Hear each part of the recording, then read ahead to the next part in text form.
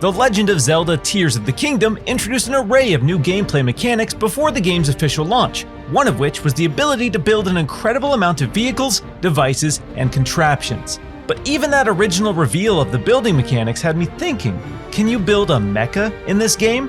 The second I got my giant robot-pilled hands on the game, I knew what I had to do. Here's how to build a mech in The Legend of Zelda Tears of the Kingdom.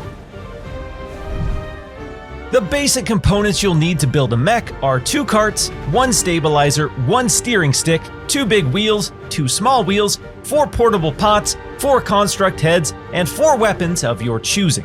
Part of the fun of The Legend of Zelda Tears of the Kingdom is playing around with the items and abilities the game throws your way. Flame emitters, for example, are a great idea if you want to spit as much fire as possible. Unfortunately, they consume a lot of power. Keep these things in mind as you build your mechs. Now, let's get started with building our mech in Tears of the Kingdom. Take 2 carts, a stabilizer, and a steering stick to create the mech's torso. Lay 1 cart on the ground, wheel side up, and attach a stabilizer to one of the short ends of the cart. Then attach the steering stick to the other free end. Sandwich all of this with another cart, wheel side down, and we'll have a solid base to work off of. Sadly, we haven't figured out a way to get this mech to walk, but we can at least get the thing moving. Take 2 big wheels and attach their axles to the bottom corners of the cart near the stabilizer. Position these big wheels towards the back of the mech. Once you've got the 2 big wheels on, flip the torso over and attach 2 small wheels to the front. Now that we've got 4 wheels attached, the mech should stand on its own. From here, take 2 pots and attach them pot side together to make a ball and socket joint. Then attach that to the top corners of the torso.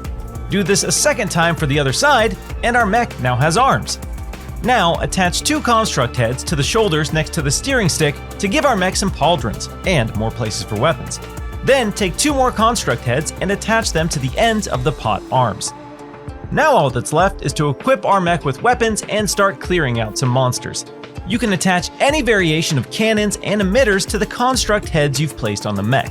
The construct heads will make it so your weapons don't constantly fire and waste your battery power. Once you get near an enemy, the construct heads will trigger and start attacking them with your chosen weaponry. Like we said before, you can try this with any combination of elemental emitters and cannons. Just make sure you're keeping an eye on your power consumption. And if power consumption is an issue, feel free to attach a battery to the backside of the mech. And that's everything you need to know about constructing a mech in The Legend of Zelda Tears of the Kingdom. For more handy tips and tricks, be sure to check out our growing collection of guides. And for everything else gaming, keep it here on IGN.